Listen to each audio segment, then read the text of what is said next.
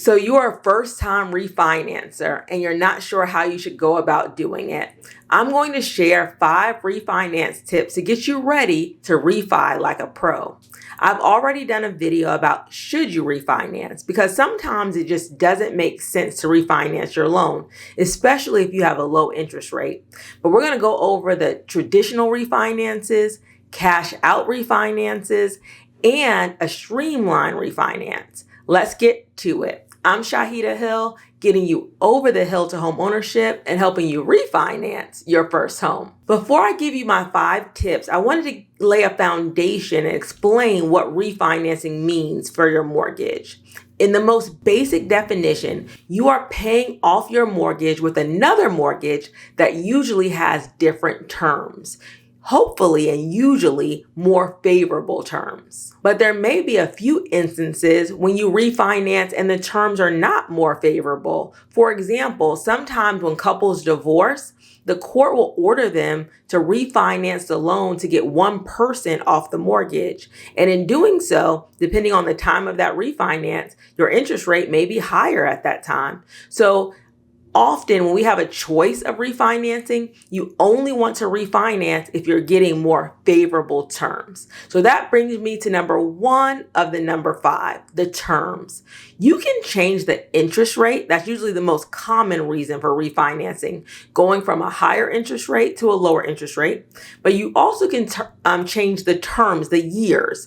So you can go from a 30-year loan to a 20-year loan, a 15-year loan to a 30-year loan. You can go from wherever you are as far as your years to pay off to either a higher or lower term. So you can, if you have a 15-year, you could refinance to a 30-year. If you have a 30-year, you could finance to a 15-year or even a 20-year loan. So you have that option. Also, you can change your loan type. A lot of people refinance from FHA loans to conventional loans, but you also could refinance from a conventional to an FHA loan, for example. So you just want to make sure that when you are speaking with your lender, you are going over all of the things that could change with your new loan. You also could go from an adjustable rate loan to a fixed rate loan, or a fixed rate loan to an adjustable rate loan. A lot of people that have perhaps an adjustable rate mortgage, maybe a 5-year ARM, may choose to go to a 30-year fixed rate or a 15-year fixed rate. That's another reason why some people refinance. Now that we've gone over the terms, number 2 is who will you refinance with?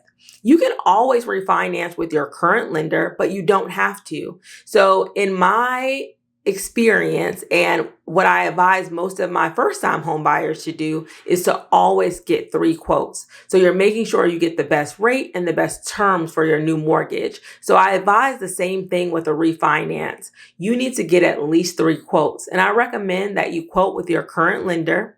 You can also quote with an online lender, and then usually credit unions have really good rates as well. So those are the 3 that you may want to go to first. Also, you can reach back out to your realtor and you can ask them, the person that sold you your home, if you used a realtor at the time, ask them, do they know some good lenders for refinancing? When everyone was refinancing during the pandemic, a lot of people reached back out to me, and because so many lenders were advertising to real estate agents saying what rates they could, get clients, I knew some of what the lenders were quoting. So I was able to get them in touch with some good lenders for refinancing their loan. And a lot of people were able to refinance in like the 2%. My own mom went from like a low 5% mortgage around the pandemic to a 2.5.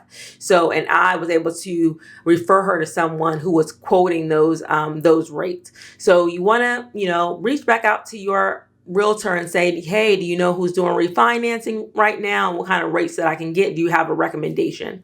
But if not, go to your current lender, go to online, because you can go to a place like bankrate.com and they'll have all of your quotes and what people are quoting, and you can quote with some online lenders. And then again, credit unions usually have really good refinance rates. Number 3, how do you apply?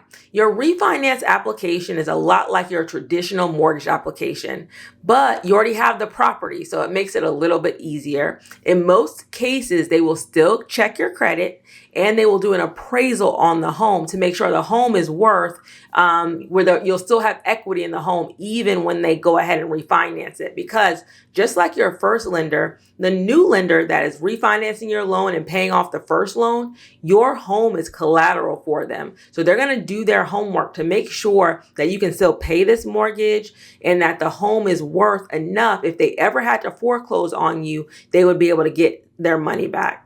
However, if you have a government loan like USDA, FHA, and VA, they have an easier refinance process. It's called a streamlined refinance, where in most cases you can skip the appraisal and you can skip the credit check. So you may want to ask, again, if you have a government loan, you may want to ask about streamlined refinances where there may not be the appraisal and the credit check. So it can be a little bit easier for you to get approved. Number 4 are cash out refinances. So we've talked about the traditional refinance. You're going to find a lender, they're going to pay off your loan. And we've talked about if you have a government loan, you may have an option to do a streamlined refinance. So you should be asking about streamlined refinances. But number 4 is a cash out refinance. This is going to allow you to refinance your loan, but also get some cash in the process. All right. So let me explain an example for you. So for example, if your home is worth $300,000 and you owe $200,000, you have $100,000 in equity. With a cash out refinance, you can receive a portion of that equity. So what you would do is, say you wanted to take out $40,000 in cash, that amount will be added to the principal of your new home loan. And instead of just refinancing that $200,000 that you owe, you would refinance $240,000. So your mortgage that you're paying would be $240,000 and you'll receive $40,000 in cash. So again, you're paying off a $240,000 mortgage and you have $40,000 in cash. That is a cash out refinance where you're refinancing your mortgage, but you're also taking cash out. Okay. You want to make sure if you're doing a cash out refinance, because again, now you could have been financing your $200,000.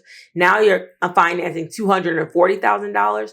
So your payment will be more. So you just want to make sure you can still afford that payment and make really smart decisions with that $40,000. Hopefully that maybe you're paying off high credit card debt, or you're doing something, starting a business, something that's going to generate some income for you in the future. So make smart moves if you're planning on doing a cash out refinance. And again, make sure you can fully afford that monthly payment. Now, number 5 is closing costs.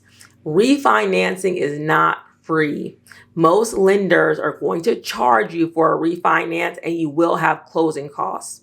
So you want to make sure that you are, again, quoting with at least 3 lenders and understanding what these costs are going to be. Many lenders are still going to make you, if you don't have at least 20% or so equity in your home, or if you're doing a government loan, a lot of them are still going to make you have to escrow your taxes and your insurance. But this is a good time to ask if it's still necessary for you to escrow, especially if you have a lot of equity in your home.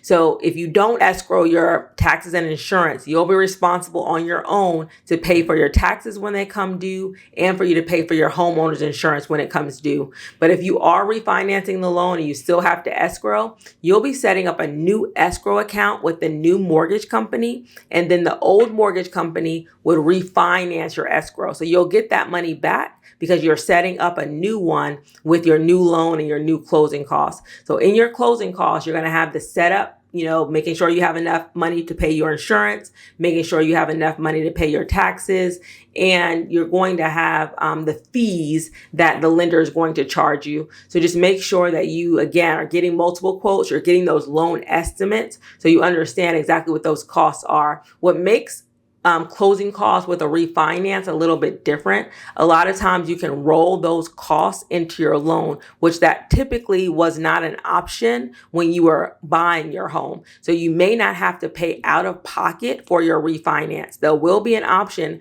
with most lenders for you to roll those costs into your mortgage. But sometimes you want to ask, if I pay, out of my own pocket, is my interest rate a little bit lower than if I was to roll the cost into the loan? So that's a question that you should ask your lender. And lastly, as promised, I'm going to put my favorite refinancing calculator in the description of this video because, again, refinancing does not always make sense. So I want you to watch my video next if you're not sure if it makes sense for you to refinance.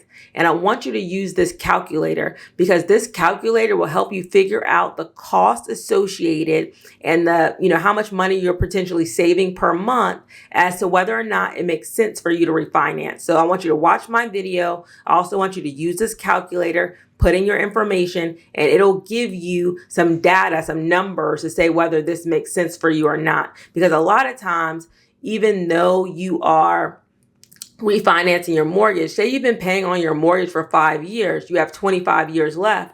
But a lot of people, when they refinance, they go back to a 30-year loan. So essentially, you'll be paying that loan for the next 35 years because you're adding additional 5 years to that mortgage. So you want to make sure that you're understanding that, especially if you plan on paying off your mortgage earlier. So although you may be saving with interest, you're also lengthening your loan term as well. If you go back from, if you've been paying for several years and you go back to a 30-year loan. So look at that 15-year option as well, because that might make sense for you to, help you lower your interest rate and get your loan paid off early. If you have any questions, please put them in the comments.